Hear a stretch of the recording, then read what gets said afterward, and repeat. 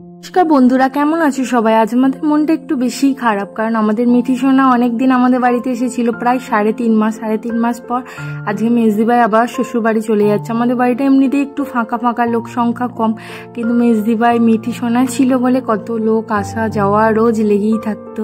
কেউ না কেউ ওকে রোজই দেখতে আসতো, একদম হই হই করে মেতে উঠেছিল বাড়িটা। মেজদি ভাইও অনেক কান্না করছে আর আমাদেরও মনটা অনেক খারাপ হচ্ছে।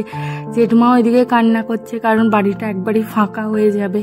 ভাগনা আসতো, জামাইবাবু আসতো, মেজদি ভাইকে বলছি চুপ করো, কিন্তু সত্যি করে এই একটা এমন মুহূর্ত না, সবার কিন্তু এই মুহূর্তটা অনেক কষ্ট হয়। কারণ মেয়েরা বিয়ের পর সাধারণত 3 মাস 4 মাস কোনোদিনই আর শ্বশুর বাড়িতে থাকে না, এই বাপের বাড়িতে থাকে না, কিন্তু এই বাচ্চা হওয়ার সময় একমাত্র 3 মাস 4 মাস করে থাকা হয়, কেউ কেউ তারও বেশিও থাকে।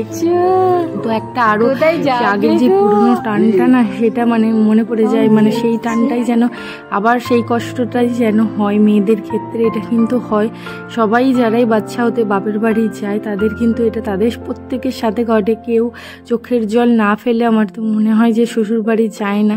তো মেজদি ভাইও ওখানে খুব কান্নাকাটি করছিল, দেখে জেঠুমাও কাঁদছিল, আর আমাদেরও মিঠি শোনার জন্য অনেক মন খারাপ করছিল, কারণ রোজ একদম বাড়িটা হই হই করতো। মিঠি সোনাকে সবসময় কোলে নেওয়া, কান্না, আনন্দ, হাসি। তো আমাদের গাড়ি চলে এসছে, ঠাকুমা, আমি, ছোদিদু সবাই দিতে যাচ্ছি। মিঠি সোনাকে আমরা দিয়ে আবার ফিরে পড়বো। মেয়ে ওর পিসুমণিকে একদমই ছাড়েন, এদিকে গাড়ি পেয়ে খুব আনন্দও হয়েছে। তারপরে আমরা চলে গিয়েছিলাম মিঠিদের বাড়িতে।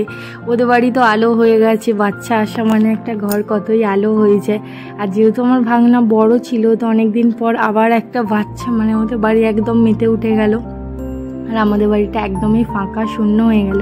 তারপর ওদের মা শীতলাকে প্রথমে প্রণাম করিয়ে শীতলার কাছে শুয়ে মিঠি সোনা গিয়ে ঠাম্মুর কাছে চলে গেছে। আর ওখানে গিয়ে জানো কি সুন্দর খেলাও করছিল, সোফাতে শুয়ে একা একাই নিজে কিলবিল গিলবিল করছে, খেলা করছে। আসলে মানুষ নিজের বাড়ির প্রতি দেখবে একটা আলাদা কিন্তু টান, সেটা কিন্তু মিঠি সোনাও দেখছিলাম করছিল।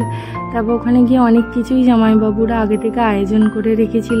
আমরা আবার খাওয়া দাওয়া সব কিছু করে বাড়ি আসার সময় আবার মিঠি সোনাকে একটু আদর করে দাদার কোলে দেখো কেমন ঘুমিয়ে গেছে মিঠি সোনা।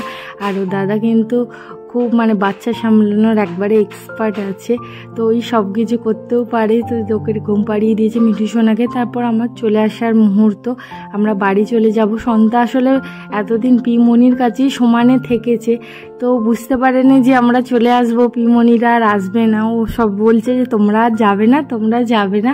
সন্তারও ভীষণ মন খারাপ হচ্ছিল। ভিডিও কেমন লাগলো জানিও।